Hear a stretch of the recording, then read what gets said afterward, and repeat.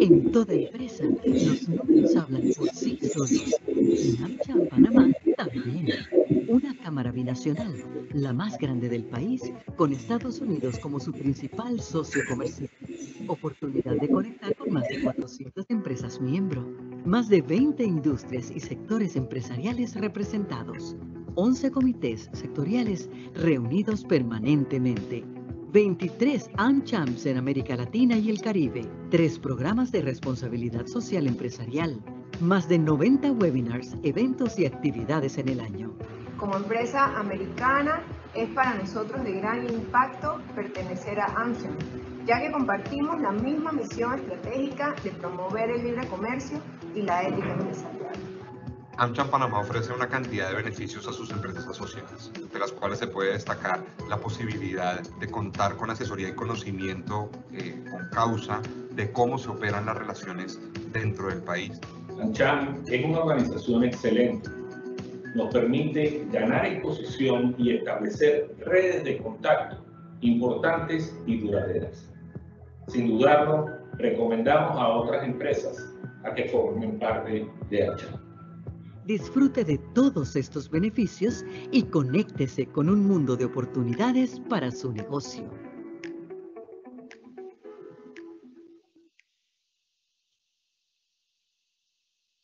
Buenos días a todos los presentes. ¿Me escuchan bien, verdad? Asumo que sí. Bueno, gracias a todos por estar presentes en este webinar del Comité de Energía. Este es nuestro segundo webinar que estamos organizando.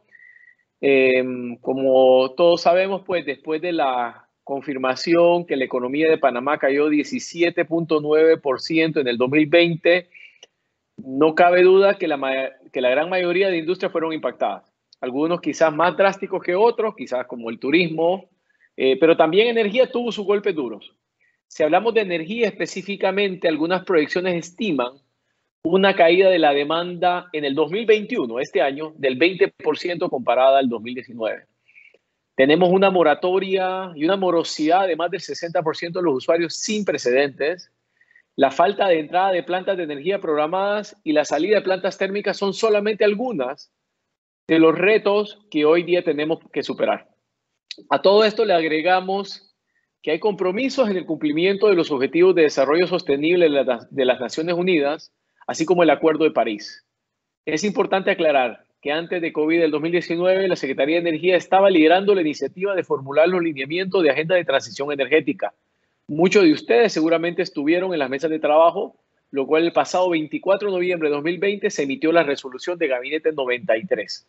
Posteriormente, en febrero de este año, se forma el Consejo Nacional de Transición Energética, CONTE, integrado por el sector público y empresa privada, quien tendrá el rol de asesorar para la implementación del plan.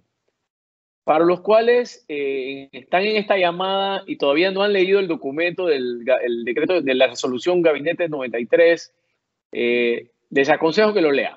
Es un documento completo, en el mismo contiene diferentes iniciativas, de las cuales muchas de ellas ya arrancaron. Entonces, eso nos lleva a esta reunión, en donde tendremos la fortuna de tener al mismo secretario de Energía, Jorge Rivera, para que nos pueda compartir el avance de la misma. Secretario. Hola, Aristides, muchas gracias por la oportunidad de tener este espacio de intercambio de opiniones, de ideas y de compartir un poco dónde vamos ahora mismo con la agenda de transición energética y seguramente podemos abrir un espacio también al final de preguntas que son las más ricas, ¿no? Normalmente en estos casos y seguramente también podemos comentar algunos de los temas de coyuntura que planteaban, ¿no? Del momento. Siempre es importante aprender no aprender, sino gestionar realmente el corto plazo y largo plazo. Muchas de las iniciativas de largo plazo dependen, por supuesto, de lo que sucede en el corto plazo, pero pues que el corto plazo tampoco nos paralice un poco en las tareas que hay que seguir impulsando para que precisamente esos retos que tenemos hoy en día se puedan articular desde una visión planificada, ¿no? Yo voy a compartirles acá pantalla. Vamos a ver, déjame entrar aquí nada más para compartir pantalla. A ver si la ven. A ver si la están... A ver, ¿me confirman si la están viendo? Sí, la estamos viendo. La presentación, perfecto. Sí.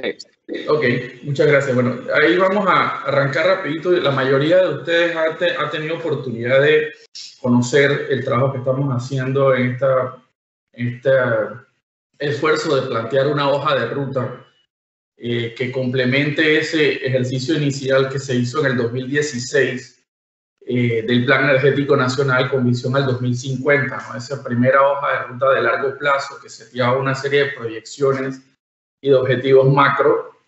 Construyendo sobre eso, entonces, se plantea esta agenda de transición energética con un plazo al 2030, buscando pues, elaborar estrategias específicas por temas priorizados con los agentes del sector o de los agentes más relevantes del sector durante ese periodo que comentabas, Aristides,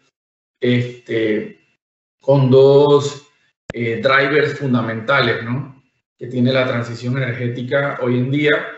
Que de hecho es la tercera transición energética si lo ponemos en términos, digamos, históricos. La primera pues, fue la revolución industrial, cuando se incorporó el carbón a la matriz de producción industrial en la revolución industrial, principalmente iniciada en Inglaterra y en Alemania. Luego, pues la segunda transición, que se habla del petróleo y la electricidad a finales del siglo XIX y principios del siglo XX, y la actual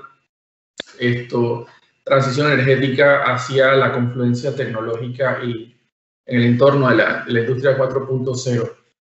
Las dos anteriores pues tenían un componente importante de tecnología que permite la utilización de recursos naturales.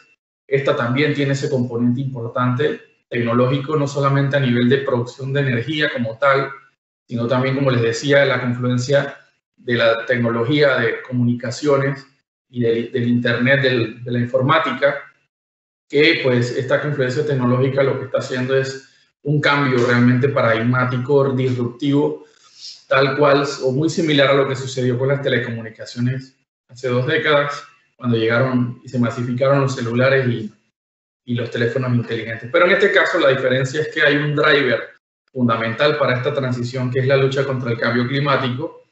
Es el principal reto que tiene el mundo como generación realmente, como civilización durante este siglo, y que pues tiene un ritmo de acuerdo a los estudios y los análisis que se han hecho, que no se está haciendo lo suficiente para limitar ese cambio climático, ese aumento de las temperaturas, calentamiento, a los compromisos acordados en el 2015 en el Acuerdo de París, y ahí el rol de la energía es fundamental, ¿verdad?, con relación a los gases de efecto invernadero. Entonces, nada más, pues resultado de esto, el alineamiento de la estrategia está planteado tanto con los Objetivos de Desarrollo Sostenible, sobre todo el 7 y el 13, y pues los compromisos también del Acuerdo de París. Ahí está un poco como en lo que les comentaba, los ODS como elemento referenciador, el plan de acción del presidente Cortizo, los compromisos que se plantearon en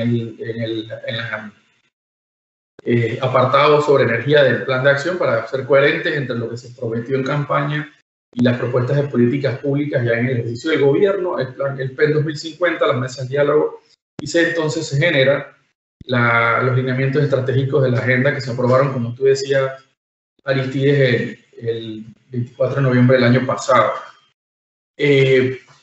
Lo importante, pues, es que se mantiene en todo momento, y eso es importante resaltarlo, a pesar de que estamos hablando de transición, de transformación, de evolución del sector energético en general, se mantienen los objetivos de política pública, digamos, por decirlo, clásicos, de seguridad, o sea, que la energía tenga esa seguridad de abastecimiento, que sea confiable técnicamente, que sea accesible para todos los ciudadanos en ese concepto de universalización, que sea asequible en términos económicos y la sostenibilidad.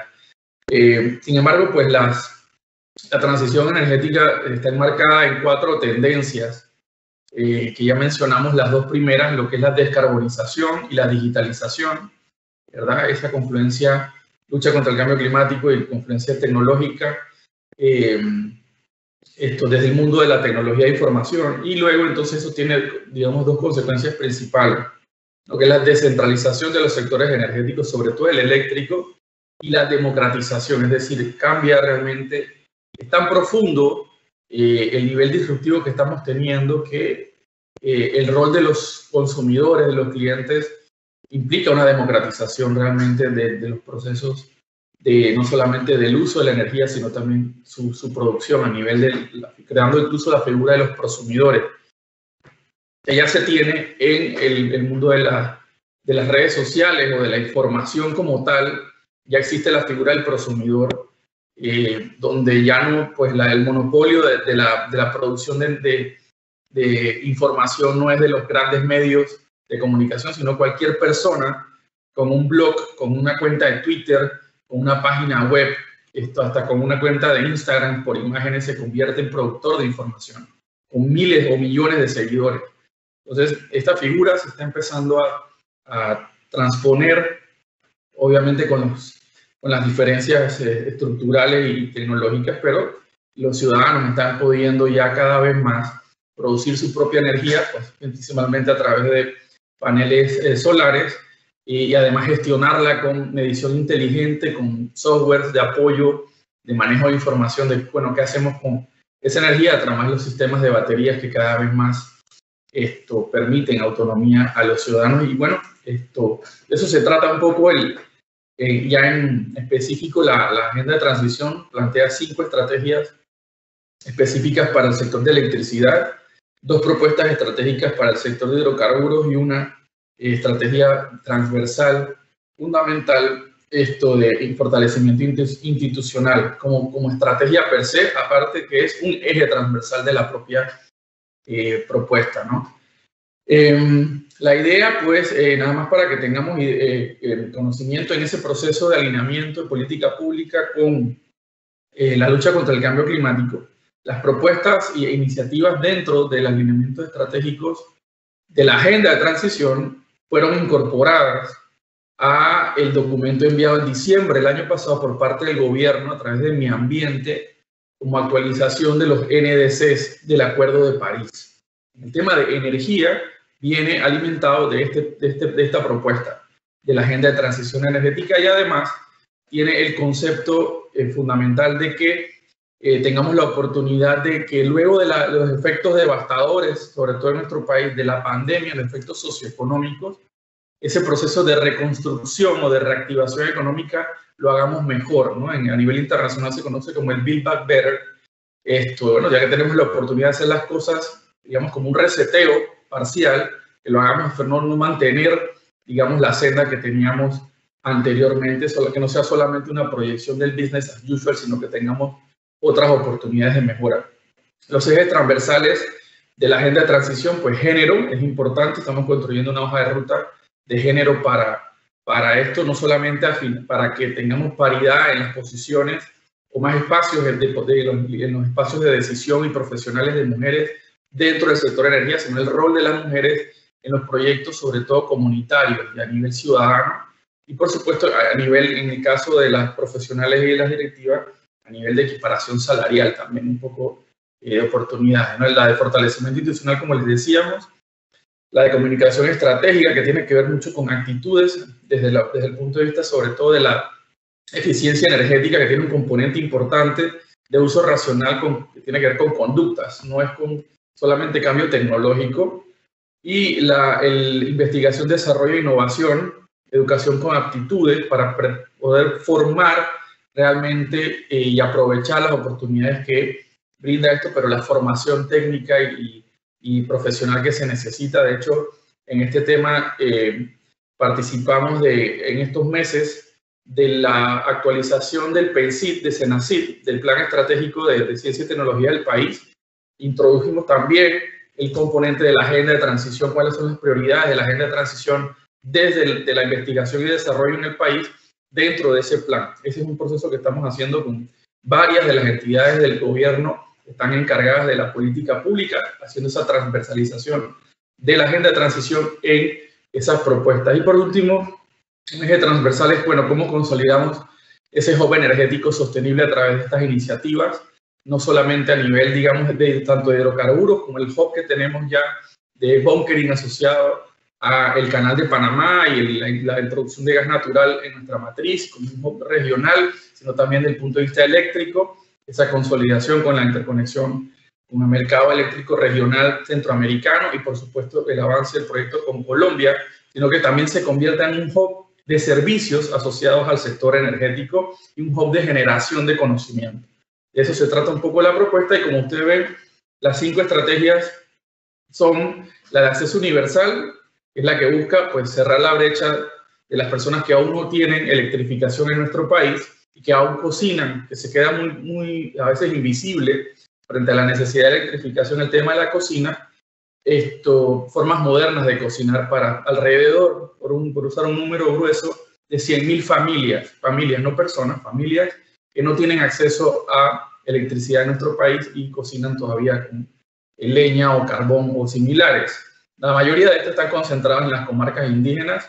El país, para dar el ejemplo, creo que ya muchos de ustedes lo manejan, tiene alrededor de un 94% de cobertura eléctrica, pero cuando vemos ese porcentaje en las comarcas indígenas desciende aparatosamente. La comarca que más cobertura eléctrica, según los datos que tenemos, es la comarca en Verabunán, en el área cercana a Darién, y tiene alrededor de un 35% de cobertura nada más. La Gunayala 19% y la comarca Noroña solamente un 4% de cobertura eléctrica. Así que ese es un desafío muy grande que tenemos como país y es parte de los objetivos de desarrollo sostenible al 2030 tener ese 100%, y esta estrategia la estamos trabajando ya durante los meses de febrero y marzo. Está cerrando las mesas de diálogo para pues, elaborar un borrador de propuesta que complemente el trabajo que hace hoy en día la Oficina de Electrificación Rural, que eso también es importante. No sustituye el trabajo que hace esta entidad ejecutora, simplemente es un complemento de la política pública.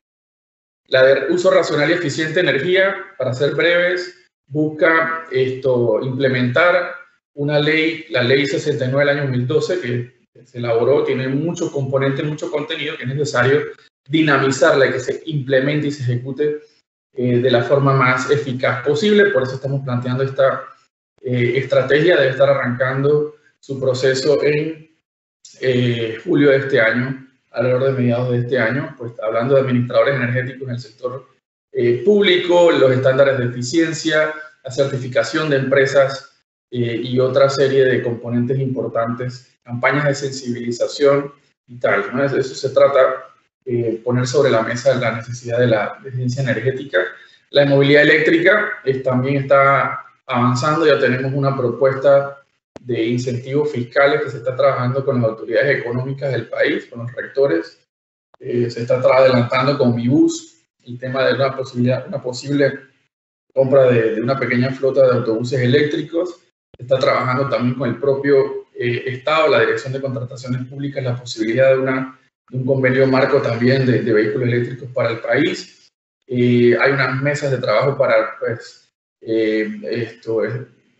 validar y elaborar las propuestas de cambios a la regulación y a la legislación inclusive que se necesiten para pues, tener una infraestructura correcta y adecuada de recarga, que es importante también en este punto. Y bueno, la de generación distribuida, que también se ha trabajado durante febrero y marzo, ya cerraron sus mesas también de diálogo para elaborar el primer borrador, que busca pues potenciar lo que les decíamos de la posibilidad del autoconsumo, sobre todo de los clientes, y pues los obstáculos que hay para la misma, no solamente para la masificación de este proceso, sino también el impacto que tenga en las redes y el sistema, ¿no? Cómo vamos de una forma, digamos, consultada y planificada, retomando todos estos temas. Y la de innovación del sistema nacional, pues es como una recapitulación de las otras 4. Es bueno, cómo adaptar un sistema que no fue diseñado para esto, ¿no? En principio, para que se planifique y se opere de una forma con generación distribuida, con medición inteligente, con redes inteligentes, con carros eléctricos conectándose a la red, la posibilidad de inyectar con generación distribuida, autoconsumo, este tipo de cosas, pues cómo lo vamos mejorando y por supuesto temas del mercado como tal, la posibilidad de las mejoras que se necesitan, las lecciones aprendidas en cuanto a las experiencias recientes, de acuerdo a las licitaciones que hemos tenido de proyectos o la posibilidad de la comercialización independiente o el tema institucional ya per se del sistema, ¿no? De los actores principales, el CND, TESA, la Secretaría, ACEP, qué mejoras desde el punto de vista institucional y del mercado se necesitan para esto de una forma también compartida, consentada y planificada. Importante nada más para ir cerrando la presentación y de repente ya abrir el espacio a las preguntas, que nos parece que es lo más rico de la sesión. Nosotros el día 21 de abril, en un par de semanas, vamos a estar presentando un informe, un estudio, un análisis realmente que hicimos desde el punto de vista del impacto económico de la agenda de transición energética y sus propuestas. Lo que busca este análisis es ponerle números realmente que podamos discutir como propuestas de impacto económico a nivel cuantitativo, no cualitativo, de una propuesta de política pública. Se hizo precisamente con la intención de validar y de que la agenda de transición energética efectivamente es una palanca, una herramienta para la recuperación económica del país de corto plazo. No solamente estamos hablando de largo plazo, sino se hicieron los análisis de muy corto plazo, con apoyo del Programa de las Naciones Unidas para el Medio Ambiente a través de la utilización de un modelo que se llama Green Economy Model, con los insumos de todo nuestro sistema y que pues ya estamos incluso ya validando, iniciando la validación con el Ministerio de Economía y Finanzas de las assumptions que tenemos en base a esto y de las perspectivas. El 21 de abril lo vamos a estar presentando públicamente y le vamos a hacer llegar, por supuesto, la invitación a todos ustedes. Para resumir, modelo lo que hace es construye varios escenarios, el business as usual, ¿verdad? Y luego el de la transición energética y además construye un tercer escenario que es más ambicioso que el de la agenda de transición energética, que es el de carbono cero, es decir, bueno, cómo somos más ambiciosos a la hora de descarbonizar la economía, pero en realidad de estos tres escenarios el que estamos construyendo y centrados un poco en el de la agenda de transición energética, lo que plantea per se en blanco y negro, lo aprobado tanto en noviembre del año pasado como lo que se está construyendo en las estrategias en este momento. El business as usual es, bueno, cómo seguimos hacia adelante sin las medidas de la agenda de transición energética. Y otra característica importante de este análisis que se hizo fue su pragmatismo, es decir, no se plantea realmente en grandes rasgos, bueno, todo lo que pudiéramos tener para empujar una transición energética con impacto económico, no, ¿qué es lo que tenemos disponible con todas las limitaciones fiscales y presupuestarias del país? Y con eso entonces introduciendo algunas medidas, cómo sale un input o un resultado de impacto. Entonces, bueno, se trata utilizando el paquete de reactivación económica anunciado por el gobierno que ronda alrededor de 8.000 millones de dólares entre diversas opciones que hay y de proyectos que se están anunciando y se han planteado en blanco y negro, y eso se utiliza como referencia. Pues ahí está el apoyo a la inversión privada mediante préstamos, la inversión directa en infraestructura por parte del Estado y de los entes privados, la formación de capital, el tema de reducción del consumo, para lograr entonces pues menos déficit público, mayor desempeño, ¿verdad? Y ahí están los componentes tanto de eficiencia energética, las renovables, movilidad eléctrica, cómo esto impacta a la economía. Los primeros resultados que hay el escenario de la agenda de transición energética versus el business as usual nos plantean la posibilidad de que al 2024 pudiéramos tener alrededor de 278 millones de dólares adicionales de Producto Interno Bruto, y si lo proyectamos al 2050 cerca de 12.000 millones de dólares. Y nada más para tener la referencia, ese mismo análisis que se hizo con el escenario de descarbonización serían 1.100 millones de dólares al 2024 y 2050 41.000 millones de dólares. Otros resultados que salen de esta validación de este análisis es que pudiéramos tener alrededor de 360 millones de dólares en ahorros, ¿verdad?, para el Estado al 2024 y alrededor de 21 mil millones de dólares al 2050. ¿En qué se desglosa? Pues en costo de tratamientos de enfermedades, sobre todo las respiratorias, muy importante en tiempos de COVID. La baja productividad asociada a contaminación del aire, ahorros en ese sentido, el costo social del carbono y el costo de la energía per se. Estas proyecciones al 2050 son algunas de las categorías que estamos además ampliando y profundizando con el propio modelado, ¿no? Ahí un ejemplo también pudiéramos estar hablando de cerca de 15.000 empleos nuevos al 2024 y alrededor de 100.000 al 2050 de la agenda de transición energética versus el business as usual, versus el escenario business as usual, y unos ahorros acumulados en subsidios energéticos de 500 millones de dólares al 2024 y de alrededor de 10.400 millones de dólares al 2050. Estos son, digamos, algo que quisiéramos resaltar, algunos datos que están saliendo de esos análisis iniciales. Obviamente hay muchísimo que hacer, hay muchísimo que validar con relación a esto.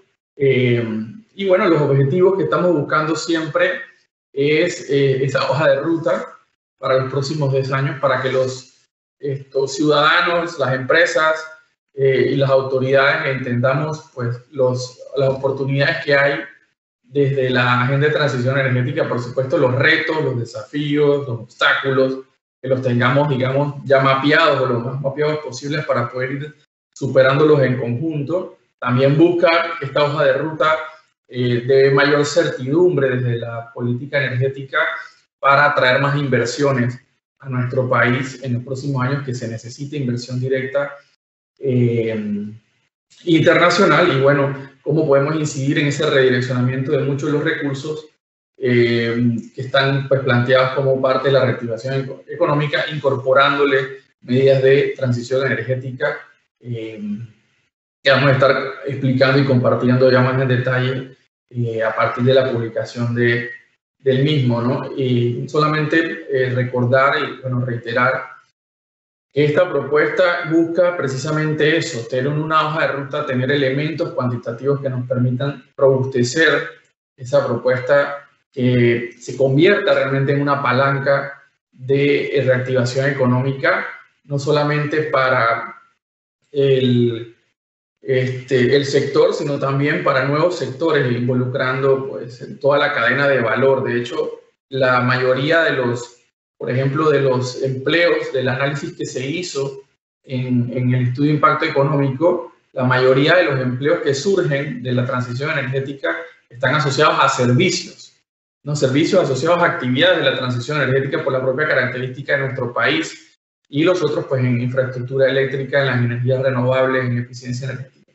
Así que hay una gran oportunidad, un primer paso de esto en conjunto ir atendiendo los temas de coyuntura, ese fuerte impacto que tenemos hoy en día en el sector, para también la creación de empleos y permitir que tengamos cada vez más la innovación, la participación del sector privado es importantísima.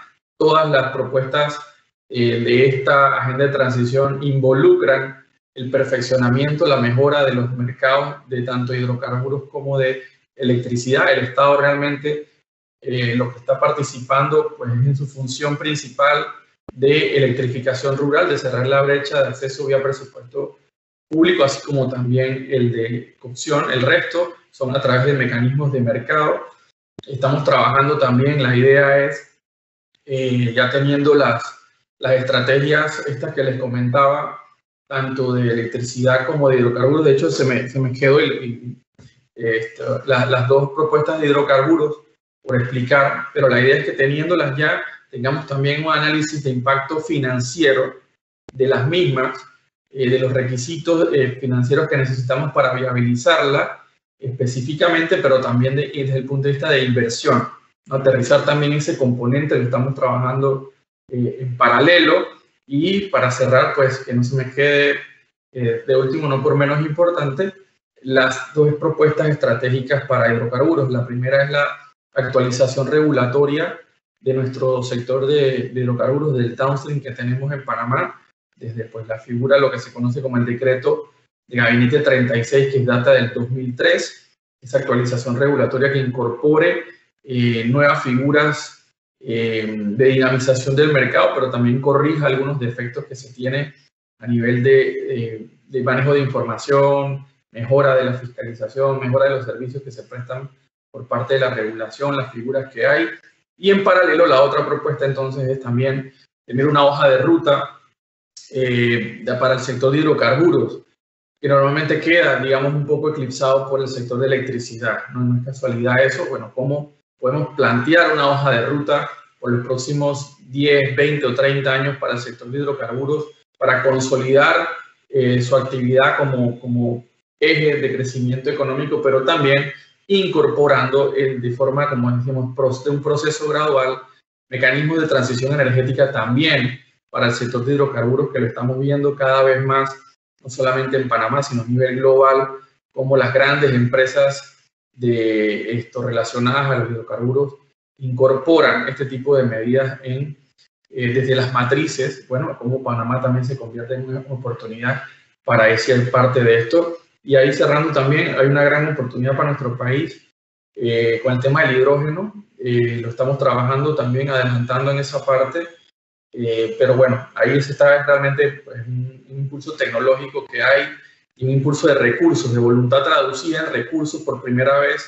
Nunca se había tenido eso como hasta ahora con el tema del hidrógeno, y hay países que están tomando la iniciativa no solamente a nivel regional, y bueno, Panamá también está buscando cuál es su rol dentro del hidrógeno. Lo estamos viendo en primera instancia, en muy corto plazo, como parte de ese hub de logístico de almacenamiento en la conformación de un mercado regional del hidrógeno. Estamos hablando incluso con las autoridades del Canal de Panamá, iniciando algunas conversaciones con relación a esto, cómo lo están viendo ellos. De hecho, ya lo tienen en el radar, en el mediano y el largo plazo, y bueno, cómo consolidamos una propuesta de país. Yo creo que bueno, hasta ahí lo podemos dejar por ahora y abrimos las preguntas que me parece que podemos enriquecer la conversación. Perfecto, muchas gracias, secretario. Gracias por el resumen. Gracias por el resumen de qué se trata la agenda, cuál es el estatus actual. También gracias por compartir las estimaciones económicas que pudiera tener efecto toda esta reconstrucción de la transición energética. Creo que es importante. Nuestra industria de energía, las inversiones han sido históricamente importantes para el país. Las inversiones de energía son grandes, se invierte mucho capital, se genera mucho trabajo para la prosperidad pues, del país. Así que todos los que estamos aquí seguramente tenemos un gran deseo primero de que nuestras inversiones que hemos hecho estén cuidadas, pero tenemos también muchas ganas de seguir invirtiendo en el país. Así que le agradecemos que creemos que podemos jugar un rol determinante en la reconstrucción del país, que todos tenemos que jugar ese rol como empresa privada. Ya tenemos algunas preguntas. Quisiera arrancar por una primera que quizás hablaba, secretario, sobre los borradores de las primeras iniciativas. ¿Cuál va a ser el proceso una vez se formulen los borradores? ¿Cuál va a ser los siguientes pasos una vez los borradores de las mesas estén finalizados? Sí, mira, la idea es la estrategia de movilidad eléctrica, que es nuestro piloto, ¿no? De cómo lo utilizamos como benchmark para el resto. Ya está en implementación la estrategia, ¿no? Y asimismo planteamos el proceso para las otras. La estrategia, la de generación distribuida y la de acceso universal, ya cerraron, digamos, las mesas de conversación y de diálogo para tener un borrador en los próximos 2 meses. Cuando tengamos ese borrador lo vamos a someter realmente a una validación adicional. Luego se publica digamos, una versión para consulta pública, adicional todavía, pero como hicimos con la estrategia de movilidad, recibido esos comentarios, entonces luego se procede a la aprobación per se, la formal, ¿no? Como se hizo con la estrategia de movilidad en Consejo de Gabinete, para tenerla en blanco y negro. Esa con las dos ya estamos esperando tenerla en un par de meses, este proceso, la de generación distribuida y la de acceso, y bueno, la de movilidad que ya está avanzada en electricidad. La de eficiencia energética y la de innovación del sistema la estamos proponiendo, o sea, dentro de la construcción del cronograma, para el segundo semestre. Nuestro cronograma propuesto hasta ahora es tenerlas en diciembre, aprobadas, ¿no? Ambas. Iniciando, pues ahí rondando el mes de mayo, junio, finales de mayo, junio, iniciando el proceso, sobre todo en la de innovación del sistema, porque es la más compleja, es la que involucra realmente el diseño, y ahí para eso tenemos un abordaje diferenciado, no diferente, sino diferenciado desde la etapa preliminar, desde la etapa previa del inicio de las mesas. Entonces ahí vamos a estar sometiendo algunos documentos, borradores tipo libro blanco, los que tienen más o menos la referencia, un libro blanco para empezar a recibir retroalimentación desde antes, igual que lo hicimos más o menos similar antes del diálogo del 2019, empezar a aterrizar no solamente el qué, está bastante identificado en las líneas de acción, sino empezar a elaborar, a trabajar el cómo. Ahí también vamos a estar fortaleciendo el apoyo del expertise, ¿verdad? De ese benchmark que necesitamos, el expertise que se necesita en ese acompañamiento de las estrategias. Además, como ustedes han visto, en las estrategias hemos tenido expertos, consultores internacionales que van liderando un poco el proceso de elaboración con el equipo de la Secretaría y a nivel interinstitucional para tenerlo. En el caso de hidrocarburos también tenemos como expectativa tener por lo menos la actualización del marco regulatorio de aquí a diciembre. Recordemos que no es solamente en hidrocarburos combustibles líquidos, sino también estaría entonces también viendo el de la incorporación del marco regulatorio del gas natural, que es un pendiente que tenemos en Panamá, para ya tener también las reglas del juego más claras con relación a esto. Y la política energética, el Plan Nacional de Hidrocarburos, que es la otra propuesta, pues también tenerla ahí, empezar a trabajarla en paralelo, pero bueno, la idea es tener el marco regulatorio aprobado y con esta nueva plataforma, digamos, poder planificar por los próximos años. De eso un poco la visión en cuanto a tiempo. Gracias, secretario. Tenemos una pregunta acá por favor, los que no han hecho si tienen algunas preguntas, las pueden hacer a través del chat. Tenemos una pregunta acá. Dice, Panamá podría enfrentarse a un déficit de generación a partir del 2022 si no se ponen en funcionamiento nuevas centrales de gas natural mientras se van retirando las plantas de combustible búnker. Agradezco nos confirme qué está haciendo la Secretaría de Energía a fin de mitigar este impacto. Sí, esa es la pregunta, una de las preguntas de coyuntura importantes. Efectivamente, se tiene una proyección de un déficit de generación, pues podría surgir, ¿no? de las proyecciones que hay en los escenarios que se corren, sobre todo desde el Centro Nacional de Despacho, y las alternativas que hay. Se ve un tema importante en el verano del 2022 y un poco también el verano del 2023. Y efectivamente hay plantas de búnker y térmicas que están anunciando su retiro porque se han quedado sin PPAs.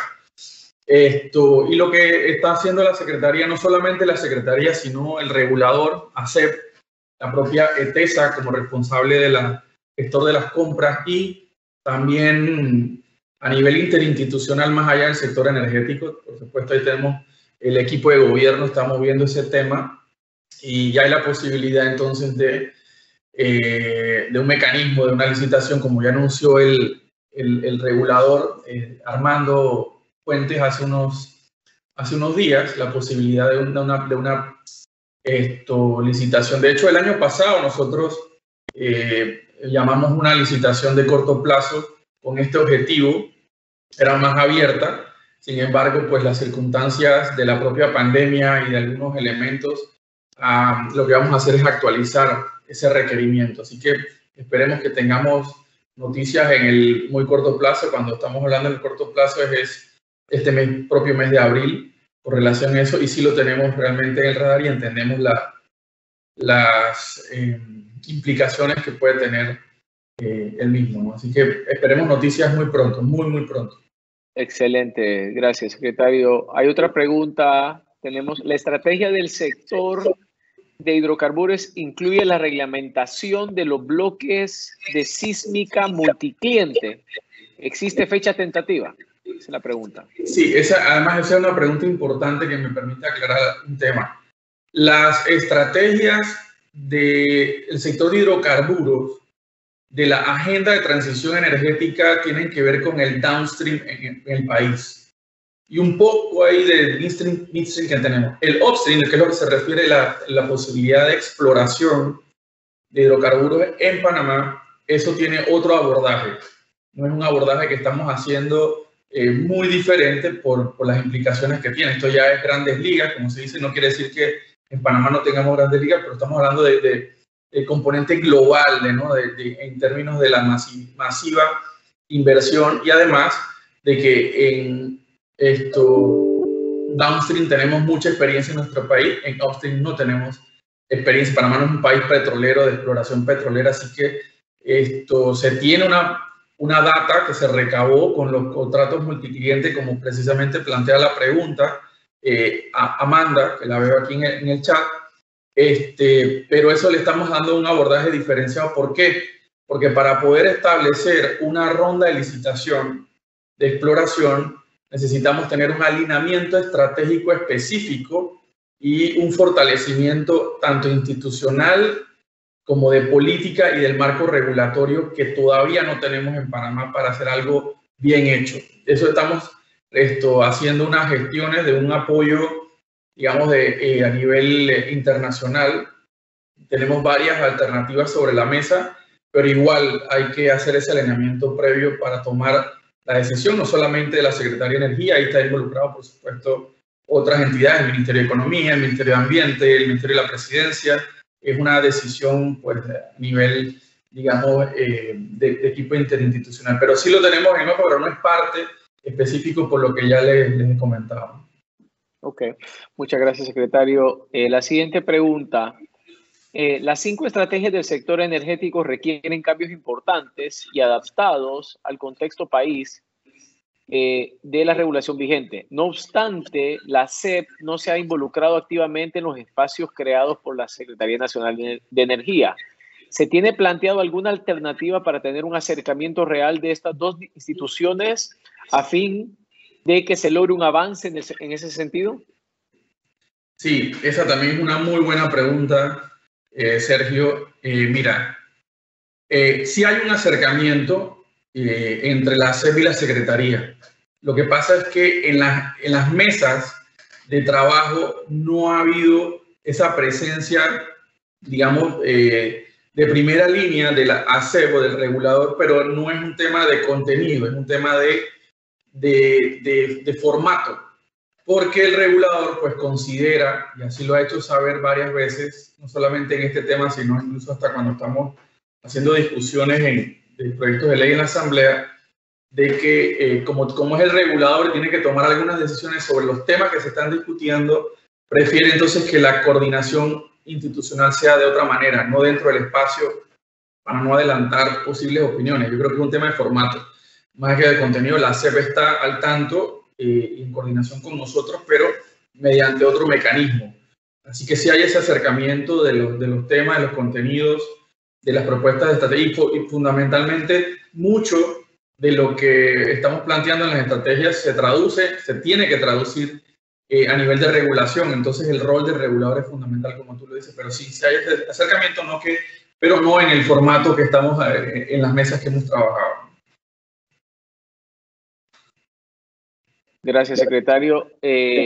La siguiente, tenemos un par de preguntas sobre el tema de hidrógeno, y la pregunta quizás es si ¿para cuándo tendríamos algo más formal, como una estrategia o política sobre el uso del hidrógeno?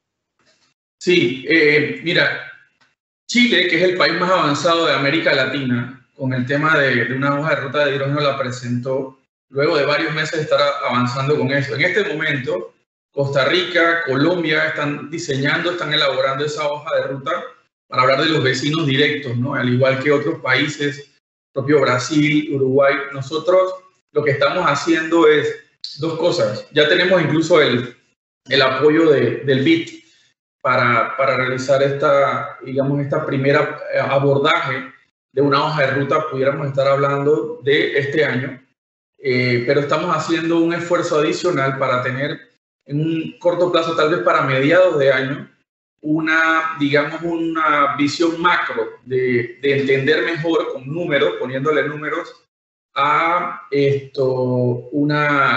cómo incorporar o validar ese rol de Panamá como hub de hidrógeno en función de nuestras realidades. Pero recordemos, el propio mercado de hidrógeno todavía no se está consolidando mientras hablamos. La propia tecnología de electrólisis, por ejemplo, que es para poder lograr hidrógeno verde, que es el objetivo, digamos, prioritario, está muy inmadura. Entonces, estamos elaborando todos los países nuestras hojas de ruta en paralelo, pero mientras hay mucha incertidumbre, mientras todavía no hay la certeza de la conformación de un mercado, ni siquiera global, ya hablemos de mercados regionales, pero sí se está trabajando muy rápido. Yo el ejemplo que uso es que, por ejemplo, el del gas natural, ¿no? La conformación de un mercado de gas natural y de la utilización del mercado de gas natural tomó 10, 15 años hasta lo que tenemos hoy en día, ese desacoplamiento entre el crudo y el gas, ¿verdad? En precios y en características, en la conformación de un commodity, si se quiere la posibilidad. En cambio, en hidrógeno no va a pasar esto, va a ser muchísimo más rápido porque tenemos miles de millones de dólares de inversión tanto en tecnología como en la conformación de mercados, ¿no? Ahí el ejemplo que usamos bastante es Alemania, que aprobó nada más para cooperación internacional de su estrategia de hidrógeno 2.000 millones de dólares para aportarle a los países que están interesados en hacer negocios con Alemania para exportarles hidrógeno, ¿no? Y ahí Panamá tenemos un diálogo importante con Alemania, hemos estrechado muchísimo ese trabajo, no solamente con ellos, sino también estamos hablando pues con Chile, con Uruguay, con nuestros vecinos, estamos conformando, así que esperemos que de aquí a fin de año tengamos una hoja de ruta, pero bueno, el hidrógeno estamos planteándolo por muy rápido, ¿verdad? Que podamos tener a nivel regional o global, estamos hablando de unos 3, 4, 5 años que empecemos a ver eso, y pues tener el estar ahí, digamos, no quedarnos atrás, hacer ese catch-up de las iniciativas regionales. Y la visión, como les decía, en primera instancia, los datos que se manejan por ahora es la posibilidad de conformar ese hub aquí en Panamá de logística, más que producir y consumir hidrógeno en Panamá, aunque ese también es un objetivo, digamos, ya de mediano plazo que se va a apalancar con esta estrategia de ser un hub de hidrógeno. ¿Qué adaptaciones hay que hacer a los sistemas de almacenamiento nuestro? ¿Cuál es el rol que podrían jugar los actuales players del hub de hidrocarburos de Panamá frente al hidrógeno? ¿Qué hay que hacer para que aprovechen esas oportunidades? Y por supuesto, esta misma diseño de hoja de ruta también la vamos a abrir para consultar y recibir feedback de parte de los actores relevantes en los próximos meses. Perfecto, secretario. Yo quiero agradecerle su participación, la amabilidad que ha tenido en darnos el resumen y además en contestar las preguntas de los miembros de AmCham. Creo que es relevante mencionar, secretario, que usted, la alianza público-privada, soy fiel creyente que es la única forma de poder implementar estas transiciones energéticas a través de la unión de ambos. Cuente con nosotros para la implementación efectiva de la transición energética y le vamos a estar pidiendo, señor secretario, como este es un documento activo, vivo, con muchas iniciativas, muchas mesas, es que en el segundo semestre del año lo vamos a molestar de nuevo, secretario, para que podamos tener un avance de lo que ha pasado, porque va rápido, esto va rápido y creo que todos acá estamos con el gran interés de entender las diferentes iniciativas que se están jugando. Así que gracias en nombre de AmCham y del Comité de Energía. Bueno, gracias a ustedes por la oportunidad. Pues como saben, puertas siempre abiertas para tener retroalimentación, no solamente el mensaje que queremos mandar nosotros o compartir, sino también recibir estas preguntas y comentarios, opiniones y aportes. Y solamente cerrar con lo que tú mencionas. Ese compromiso de participación público-privada es tal en la propia resolución de gabinete que aprueba la estrategia de los lineamientos estratégicos, se crea el Consejo Nacional de Transición Energética, ¿no? Con esa representación público-privada y de la academia, que nos permita entonces tener esa caja de rebote formal, digamos, construyendo una pequeña institucionalidad alrededor de este proceso, y ahí lo vamos a estar invitando. No sé si ya recibieron el correo los miembros del CONTE, que veo que aquí hay un par de miembros del Consejo en la reunión de hoy, para la tercera semana de abril tener un conversatorio entre nosotros sobre la naturaleza del Consejo, de los propósitos, e ir implementando pues las líneas de acción y de trabajo concretas, ¿no? Así que ahí vamos a estar en contacto permanente. Bueno, muchas gracias a todos los miembros de AmCham. Gracias por asistir y que pasen un bonito fin de semana. Saludos a todos. Saludos. Chao, chao.